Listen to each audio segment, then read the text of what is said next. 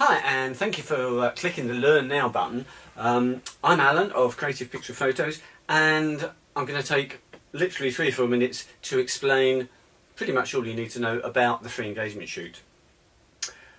First of all, let me say it's free. I said it's free, it is free. There is no obligation. This is not a scam. I'll explain a little bit later on why I'm offering this for free, but it's completely upfront and honest. So let me just ask, first of all, why would you want to have engagement photos taken anyway? A couple of reasons. Firstly, you're going to get some great photos. We'll talk about that more in a minute as well. It's also a chance for you to see what it's like on this side of the camera with a professional wedding photographer. Many couples I meet are a little bit apprehensive about having their photos taken. What's it going to be like? I'm no good at posing. I don't look good on camera. Well, you might think that, but once you've been through this process, and once you see the photos that I can create of you, once you've worked with me, you certainly should have a lot fewer fears and apprehensions about photography on your wedding day. Of course, it's also a chapter in your life, your engagement. I've just had a report about weddings, and the average engagement is in fact 1 year and 2 months, I believe, the average is. So it's a fairly short period in your life compared to the time you're going to be married and the time before that. So it's good to have photos, I think, of every stage of your life. And why wouldn't you want some great photos of you together as a couple at this time? So what's the shoot actually involve? It's going to be around about an hour to an hour and a half. It can be anywhere within 25 miles or so of Bury St Edmunds. If you're further away, not a problem. If your wedding's further away, not a problem. I'm not worried about that.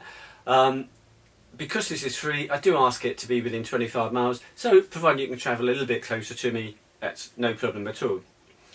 It can be any time, any place, any time of day, any day of the week, providing I'm free and providing I can make it, we'll do the shoot. And what I want you to do is, is to think, what would be the most amazing photo you could ever imagine of you as a couple? What time of day would it be? What would the setting be? What would you be wearing? Would it be a sunset shot? Would it be in town? Would it be out in the countryside? Would it be a silly photo? Would it be an action shot? I mean, I've done all sorts of things. I've done shots with couples with their dogs. I've done a weird one. It was a couple on their mountain bikes. Other shots with couple on their new motorbike. It's whatever photo you would like that says who you are at this time in your life. That's the shot we'll get. Is this available to anyone? Not quite. There are a couple of criteria, so let me just tell you about those. First of all, I do ask that you have your wedding venue and date already booked. Excuse me, just getting over a cold. Your wedding venue and date booked. The second thing I ask is that you haven't yet booked a photographer. The reason for that is fairly obvious, I hope. I do this for free because, well, for a couple of reasons. First of all, it gives you a chance to work with me as your potential wedding photographer. There's no obligation. And to see what sort of photos I create and how we work together.